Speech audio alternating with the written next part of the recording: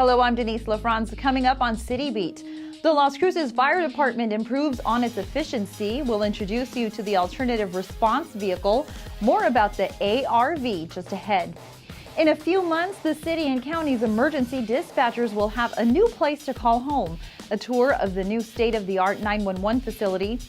Leanne Womack and other rising country artists are lined up for this year's Country Music Fest. See the full lineup and details on how you can get tickets, plus a look at local country artist Bri Bagwell's music video called Las Cruces. And as the weather warms up, reasons to get outside and get active return. We have more ahead in this month's edition of AFTA.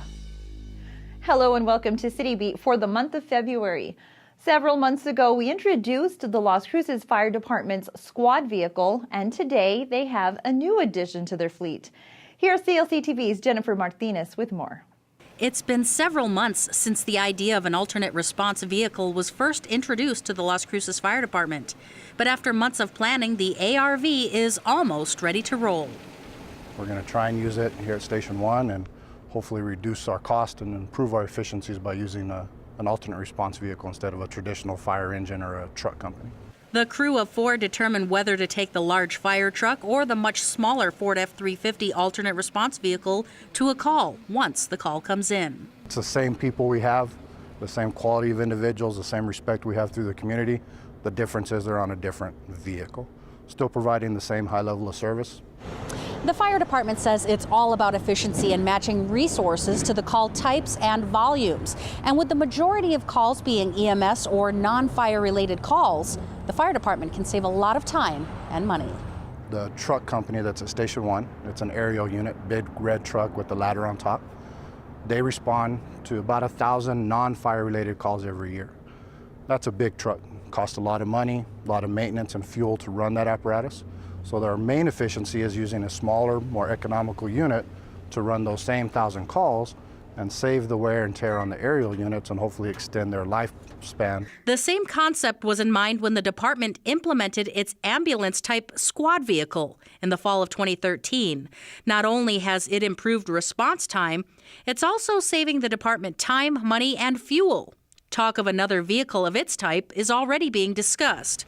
These smaller response vehicles are now being integrated into stations across America. The department just received the ARV at the beginning of the year and will need some minor adjustments before Las Cruces residents will see it in action. We're hoping by the end of February. Right now we still have to do some work on the unit. We have to figure out how to put the equipment. It's a little different for us, so arranging the compartments, making sure we have the right equipment on the apparatus. For City Beat, I'm Jennifer Martinez. Thank you, Jen. This initial ARV is a test unit. MIM says if the concept takes off, the plan is to integrate an additional unit at Station 4 on Missouri to coexist with the ladder truck there. 911 dispatchers have spent the past few decades in a building designed to be a bank. And this year, they will finally get a new building made with security, safety, and training in mind. We asked Hugo Acosta, the director of the Mesilla Valley Regional Dispatch Authority, to give us a look inside the new facility. We'd like to introduce you to our new building, show you around the construction. This is a new Mervden 911 call center. It's not open to the public yet. In fact, it's probably about 95% complete. And some of the things that need to be finished are the utilities need to be hooked up, the gas and the water, and also in the main computer gallery. All the computers have to be installed, all the radios, all the backroom technology that makes the dispatch center works. But we're getting very close. We're hoping to have a grand opening in early March, and by the end of March we hope to be operational here in the new 911 center.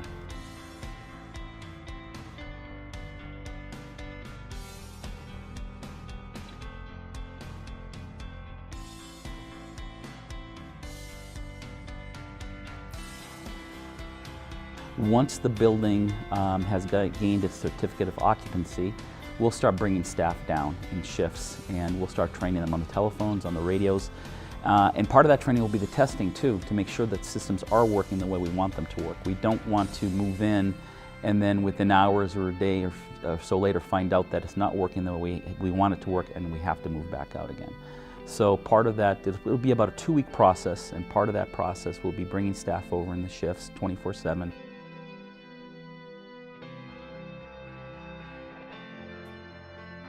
yes, we could have used this years ago, but I'm happy in the process because the process took into account not only what the county and the city needs were, but they actually talked to MRVDA staff. We sat down with them, they helped plan and design the facility every step along the way. They had input onto it, from furnishings to the location of where things were and some of the things that they wanted to see in there, such as the dormitory, such as the fitness center. And luckily the budget was able to accommodate all that. So it's a long time coming, 27 years in the other building, but I think the project was done right. It wasn't a rushed project. Everyone's point of view was taken into consideration, and I think what the public will see is that we get a very good product out of it. And I think the citizens of Onion County will be proud to have a facility like this that not only can accommodate and meet the needs of what the community are, but also those people that work behind the phones are very hardworking, and they deserve a comfortable environment, a safe environment in which to work with. And finally, they'll have one. Thank you, Hugo. The building construction is running behind schedule, but the grand opening is expected in the next few months. Las Cruces Country Music Festival returns April 29th through May 1st. Artists include Leon Womack,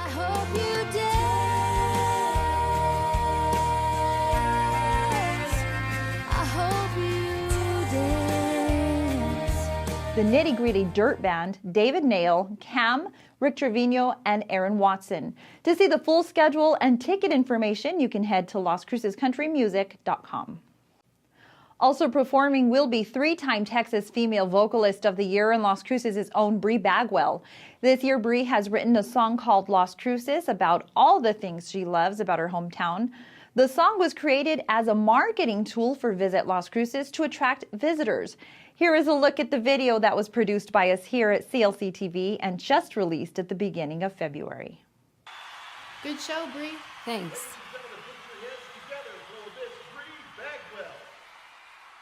Bri Bagwell, everyone. Give it up for her one more time.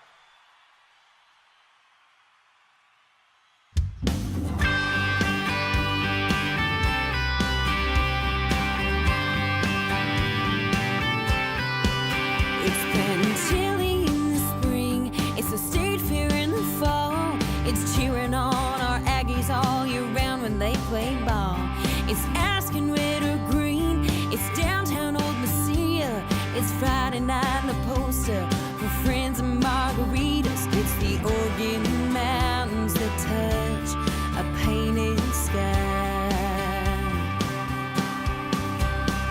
No matter where I go, I know exactly where my heart is. It belongs forever in the city of the crosses. You can find your reason every season to wanna call it home. And the truth is, I couldn't be more proud to live Las Cruces.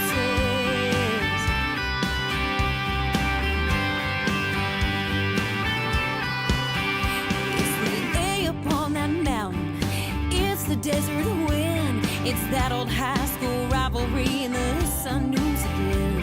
It's festivals and wine, it's the history of the land. It's pecan trees and family along the Rio Grande. It's a sunset that'll make you never say goodbye. No matter where I go, I know exactly where my heart is. It belongs forever in the city of the crosses. You can find your reason every season to wanna call it home. And the truth is, I just couldn't be more proud to live a Las Cruces.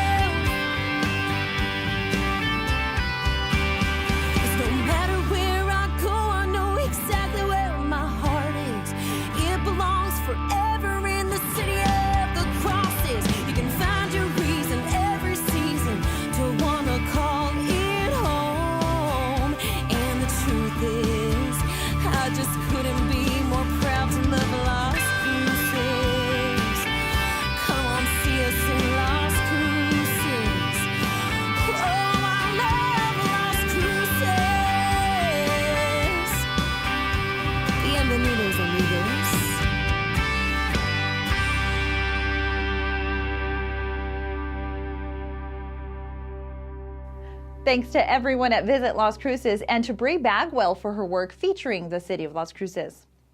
Professional boxer Austin Trout gives back to his community by inspiring young children of the Weed and Seed and juvenile citation programs for the city of Las Cruces. It started with just hard work, a belief that I can do what I was set out to do, and a dream that was farther than the stars. Trout spoke to a room full of children late last month to explain his story about where he came from and the struggles and challenges he had, which led to his victories and triumphs. Trout says he enjoys giving back to the community. It's a bit of a responsibility. I mean, just if you're blessed, be a blessing. And just things that I say or I'll tell kids that their parents already tell them, coaches tell them, teachers already tell them, but they may not listen. So if it comes from me and they do listen or sinks in, then, I did my part. Thanks, Austin. The city expanded youth services in the Mesquite Historic District last month with the creation of the Youth Campus. It includes the A. Fielder Memorial Safe Haven and the adjacent Mesquite Learning Center building on Tornillo Street. President's Day marks a February holiday for the city. Details on closures and more in our City Minute. The city of Las Cruces and other offices will close for President's Day on February 15th. Police and fire services will not be affected. However, the following recreation services will operate on President's Day.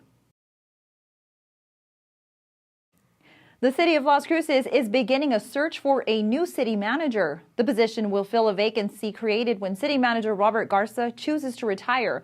While a date has not been set, Garza hopes to give the city advance notice and plenty of time to search for a replacement. The Mercer Group will conduct a national executive search to meet the needs of the city. The Las Cruces Regional Aquatic Center at 1401 East Hadley Avenue will be closed for maintenance on February 13th through the 15th. The facility will reopen on February 16th. For more information, call 575-541-2782. The Brannigan Cultural Center will be hosting weekly performances celebrating the many forms of artistic expression. Saturday, February 13th at 1 p.m. is Borderlands Bones Trombone Quartet. Saturday, February 20th at 10 a.m. is Alma de Art Charter High School Choir. And Saturday, February 27th at 1 p.m. is Sin Fronteras Poetry Reading. For additional information, call 541-2154. With spring now just around the corner, many of us are wanting to shed unwanted pounds so we can look good as the weather turns warm.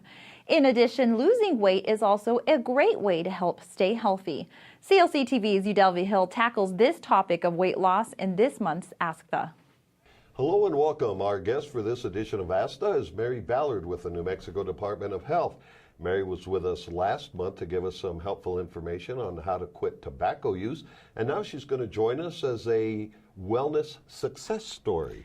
Mary, welcome back, and thanks for joining us. Good to see you again. Same here. Now, you are a woman over 40, and you have lost more than 50 pounds and has kept it off for almost 2 years. What was your decision? What was the decision you made to lose weight? I've always been the short, chubby girl my whole life, and weight has always been an issue. And a couple of years ago, I was sick constantly. I was nauseous all day long, and I spent a lot of time and money and effort going to specialist after specialist, having test after test after test done to figure out why it felt so bad. And I just, kind of got to a point in my life where this doesn't make any sense. I'm not living well. I'm not happy, and I'm sick. So I took a little break, and I went and saw a friend of mine in Houston, and she kind of inspired me and gave me little nutrition advice here and there and some substitutions, and I was off. I realized that I was a carbaholic. Okay. I needed to get off all the carbs. I needed to get off my seafood diet. So if you see food, don't eat everything. Now, when you talk about carbs, and that's something we hear a lot about, right. Did you go on a formal diet, or did you just kind of do it on your own? Well, it was, there was kind of a diet plan that I kind of looked at, and I thought, well, I like that food, and I like that food, and I'm not eating that. and I'm not paying for this. The only new thing that I bought when I changed the way I was eating and my relationship with food was oat bran. I have 2 scoops of oat bran in my Greek yogurt in the morning, and I kind of look at it as granola, and then I'm done. Okay, so on that theme, just very quickly, what is your typical diet for a day that you did to help you lose weight? So I eat a lot of lean proteins. And yes, I still eat cheese. I still eat bacon. Bread? No. No bread. Lay off the bread, lay off the pasta. One of the great things about switching pasta for spaghetti squash is that spaghetti squash is so easy to make. It's easier than pasta. Okay. And there's no carb load for that. So what kind of difference have you felt? Do you have more energy? Is your mind clearer? You're sharper? I don't know that my mind is clearer or sharper. I do have more energy. I have tackled challenges that I always thought were insurmountable before. And I've tackled them and I've completed them and I'm done. And, you know, I figured it out a little after 40. So what? You know, I didn't figure it out sooner. I figured it out later. But the point is I figured it out. And that's a good example for a lot of people who think as I get older, it's going to be harder to lose weight. It's going to be harder to stay healthy. So why even bother? It's really important for women to not go into menopause obese. It's really important because it is more difficult after that point. All of the other ladies that were kind of in our own little support group, they were all much older than me and had gone through menopause. And so I lost more weight quicker than they did, but they were still losing, and you can still do it. And it doesn't have to be this incredibly restrictive lifestyle and restrictive diet. It's, you know, a few changes here and there, and then you monitor your progress. I got a digital scale, and I got a calendar, and I weighed myself the same time every day. Despite all of that, you've still made a success of it. Yeah, and don't look at it, I didn't look at it as, oh my gosh, I have 50 pounds to lose. I looked at it as, and let's see where I am at the end of this week. Okay. You know? And then the next week, and then the next week, and then the next week, and before I knew it, I had 50 off. And it's okay to let yourself, you know, I allow myself 5 pounds back and forth. You know, because usually within 5 pounds, you can start making small corrections and then get back on track. But this isn't a journey of restriction and what you can't have and what you can't do. This is a journey of education and triumphs over challenges and just getting control of your life. Well, you are a great example for a lot of people, and congratulations on being able to accomplish what you have. And thank you for joining us. Well, sure. Mary Ballard with the New Mexico Department of Health, thank you very much. Pleasure. Thanks, Edel, and thank you all for watching. Hopefully, we can all find ways to get healthier this year. Well, that's all for this episode of City Beat. Remember, tune in for live City Council meetings right here Mondays at 1 p.m. Plus, all archived meetings and programs can be found on clctv.com. Don't forget to like us on our Facebook page. Thanks for joining us. I'm Denise LaFrance.